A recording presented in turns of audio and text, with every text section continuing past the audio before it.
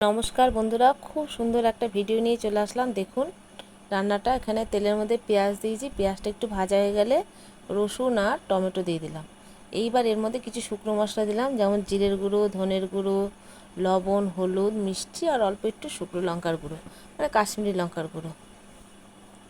যখন মশলাটা সুন্দর করে কষা হয়ে যাবে তখন আমি এখানে রাজমা, শুধু রাজমা সেদ্ধ করে রেখে দিয়েছি প্রেসারে, সেই রাজমাটা আমি দিয়ে দেবো।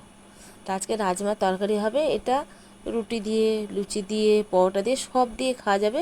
খুব সুন্দর হয় শুধু রাজমার তরকারি, মানে এত সুন্দর হয়, এত টেস্ট হয়। এরমভাবে একবার বানিয়ে খেয়ে দেখবেন, সত্যি বলতে খুব ভালো হবে।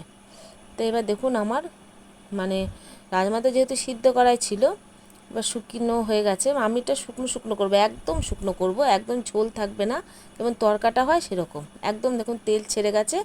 এবার আমি কাসুরি মেথি, মাখন আর একটু গরম মশলার গুঁড়ো আমি দিয়ে দেবো।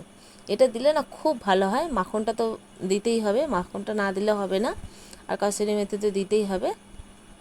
দেখুন একদম ঝোলটা শুকিয়ে গেছে, একদমই ঝোলটা শুকিয়ে গেছে। তখন আমি এটা নামিয়ে নেব। এত সুন্দর হয়, এত সুন্দর হয়। একবার ঠিক এরকমভাবে বানিয়ে খেয়ে দেখবেন, খুব ভালো হবে। দেখুন তেলটা ছেড়ে গেছে, এইবার আমি নামিয়ে নেব। একটুও ঝোল থাকবে না, একদম মাখা মাখা শুকনো শুকনো হবে, খুব সুন্দর হয়। এটা আজকে আমাদের পরোটা দিয়ে খাওয়া হবে। এই দেখুন হয়ে গেছে আমার রান্নাটা, খুব সুন্দর হয়। তো কেমন হলো আমার রান্নাটা কমেন্ট করে জানাবেন। তবে এখনকার মতন রাখি, সবাই খুব ভালো থাকবেন, টাটা।